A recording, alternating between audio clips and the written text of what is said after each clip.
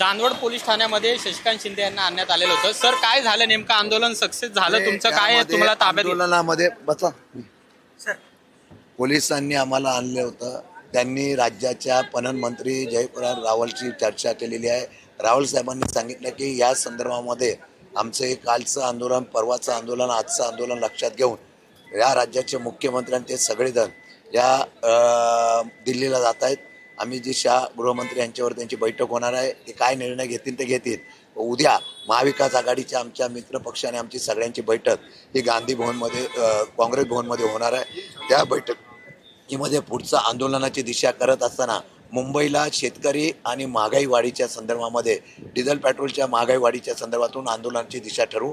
आता नाशिकला आंदोलन झालं, आता नाशिकचा आवाज मंत्रालयापर्यंत काढायचं। हे आंदोलन संपलं तुमचं? अजिबात नाही, हे आत्ताचं आंदोलन आम्ही संपवलं, पण आता मुंबईला लॉंग मार्च निघणार कारण की अनेक शेतकरी सध्या तिथं चौकामध्ये उभे आहेत। चाललोय तिथे। तुमच्या आजच्या आंदोलनाला थोडंफार यश मिळालं असं म्हणता येईल? दिल्लीला जातात हे आमचं यश आहे। खूप खूप धन्यवाद। तर काही प्रमाणात यश मिळालेलं आहे अशी भावना या शेतकऱ्यांनी दिलेली आहे, महाविकास आघाडीच्या नेत्यांनी दिलेली आहे। पुढची बैठक आता त्यांची पुन्हा एकदा होईल असं त्यांनी सांगितलेलं आहे। त्यामुळे आता इथून पुढचा लढा हा नाशिकमध्ये आणि मुंबईमध्ये असेल असं त्यांनी म्हटलेलं आहे। रोहित पवार हे सुद्धा आपल्याला या ठिकाणी पाहायला मिळतात।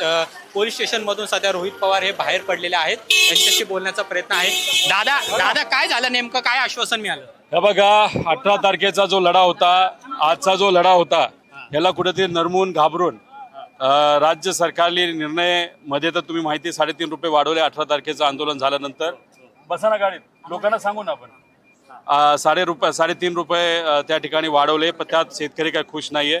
शेतकऱ्याचा खर्चच 20 रुपये, त्यामुळे 15 रुपये करून चालणार नाही। आमची मागणी होती 24 रुपये कमीत कमी तरी करावं आणि नाफेडकडनं डायरेक्ट खरेदी मार्केट कमिटीमध्ये करून घेतलेला माल भारतात न विकता बाहेर तिथं विकला गेला पाहिजे आणि ज्या लोकांनी माल दिलाय त्यांना 10 रुपये अनुदान तिथं द्या, अशी सरळ मागणी होती। आता कुठेतरी रस्ता जो रोखला, आपण थांबवला, ते कुठेतरी बघून घाबरून सरकारतले सर्व नेते, ज्याच्या कृषी मंत्री, पणन मंत्री आणि मुख्यमंत्री दिल्लीला आता चाललेले आहेत। ही आहे लोकांची ताकद। उद्या ते काय चर्चा करतात बघू, पण महाविकास आघाडीच्या आमच्या सर्व नेत्यांनी ठरवलंय उद्या आम्ही बसू आणि मुंबईमध्ये आपण मंत्रालयाला कसं घेरायचं असं एक प्लॅनिंग आम्ही तिथे करत आहोत। आताच्या आंदोलनाला यश मिळालं असं म्हणायचं? कुठेतरी आता राजकारण सोडून, इलेक्शन सोडून सगळेच नेते जर दिल्लीत जात असतील कांद्याच्या प्रश्नाला, तर मग आपल्याला हेच म्हणावं लागेल, कुठेतरी शेतकऱ्याच्या एकजुटीला यश आलं। पण आता ज्या पद्धतीने तुम्हाला आणि बाकीच्या अंबादास दानवे असतील, शशिकांत शिंदे असतील, यांना ताब्यात घेण्यात आलेला आहे अक्षरशः पोलीस बळाचा वापर करून। बघा, अजित दादांना सुद्धा आतापर्यंत न्याय मिळालेला नाही। पोलीस प्रशासनावर दबाव आहे आणि त्या दबावा निमित्ताने आमच्यावर सुद्धा कारवाई करून आम्हाला ताब्यात तिथे घेतलं। सामान्य लोकांना न्याय कोण देणार?